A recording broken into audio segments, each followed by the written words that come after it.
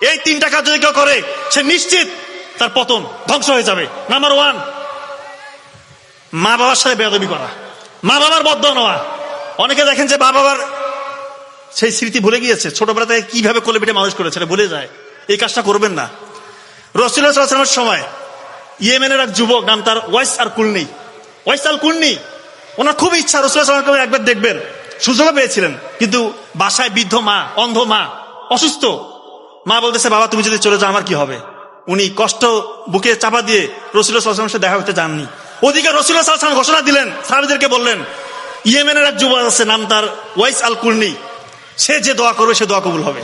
চিন্তা করেন, মা বাবার খেদমত করে কেউ কখনো ছোট হবে না, আল্লাহ তাআলা তাকে বহুগুণে বাড়িয়ে দিবে। হ্যাঁ, এক্ষেত্রে অনেকে আবার মা বাবার খেদমত করতে গিয়ে, স্পেশালি মায়ের খেদমত করতে গিয়ে অনেকে আবার নিজের স্ত্রীর সাথে স্ত্রীর হক আদায় করেন। এটা যেন না হয়, ইনজাস্টিস করবেন না। আপনি আপনার মায়ের হক আদায় করবেন, আপনার স্ত্রীর হক আদায় করবেন। আপনার স্ত্রী হচ্ছে আপনার সন্তানের মা, সে তার বাবা মাকে ফেলে এসেছে আপনার কাছে, তার হকটা আপনি আদায় করবেন। ব্যালেন্স করতে হবে, ইমব্যালেন্স করা যাবে না। একদিকে দেখে একদিকে দেখতেছেন, এটা হবে না, দুই দিকে দেখতে হবে। নাম্বার টু, অহংকার করলে পতন সুনিশ্চিত। পবিত্র কোরআনে দেখবেন সূরা নাজিয়াত 79 নম্বর সূরা 18-19 নম্বর আয়াতে আল্লাহ তাআলা মূসা আলাইহিস সালামকে বলতেছে, তুমি আমার রাসূল হয়ে ফেরাউনের দরবারে যাও, গিয়ে তাকে বলো যে তুমি কি অহংকার ত্যাগ করে পবিত্র হতে চাও? যদি চাও তবে আমি তোমাকে প্রতিপালকের পথ দেখাবো, যাতে তুমি আল্লাহ সচেতন হতে পারো। ফেরাউন বলতেছে, তুমি কি আমাদের প্রভু হয়েছো? তোমার কি প্রমাণ আছে? মূসা আলাইহিস সালামকে আল্লাহ তাআলার ইশারায় উনি ওনার লাঠি ছুঁড়ে দিলেন, প্রকাণ্ড সাপ, অজগর সাপ হয়ে গেল। এবং এখান থেকে হাত যখন বের করলো, নূরের আলো, মানে চাঁদের আলোর মতো আলো বিচ্ছুরণ হতে লাগলো।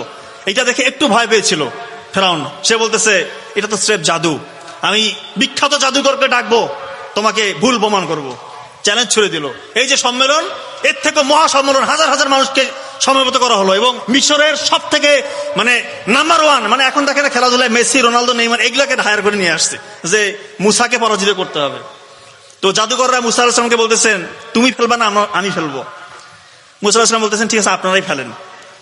ওনারা ওনাদের দড়ি আর লাঠি এমন ভাবে ছুড়া শুরু করছে, প্রকাণ্ড সাপ জন্তু এমন রূপ ধারণ করলো, যারা এই সম্মেলনে এসেছিল সবাই ভয়ে চিৎকার চেঁচামেচি শুরু করে দিল। আল্লাহ তাআলা মুসা আলাইহিস সালামকে বলতেছেন, মুসা ভয় পেও না, তুমি বিজয়ী হবে। এরপরে মুসা আলাইহিস সালামের পালা, উনি ওনার লাঠি ছুড়ে দিলেন, এমন অজগর প্রকাণ্ড সাপ হইলো, ওদের যে মায়া ওরা সৃষ্টি করেছিল সবগুলো গিলে খেয়ে ফেলছে। ওরা বলতেছেন, আমরা জাদুকর, আমরা জানি কোনটা জাদু কোনটা সত্য। এটা জাদু নয়, এটা সত্য।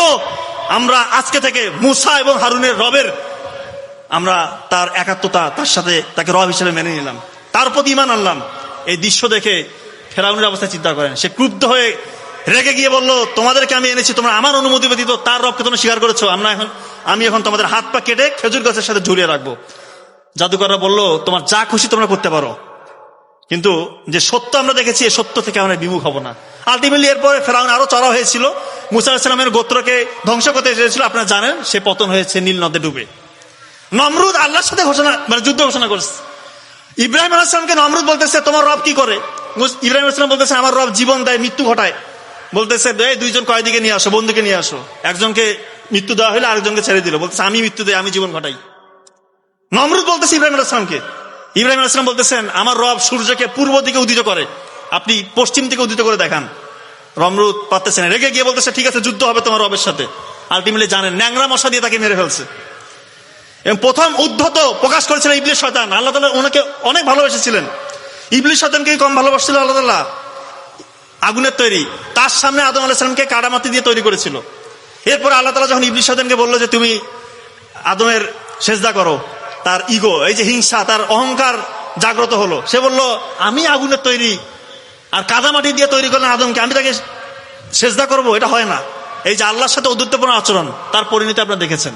এই জন্য অহংকার করবেন না, পতন সুনিশ্চিত হয়ে যাবে।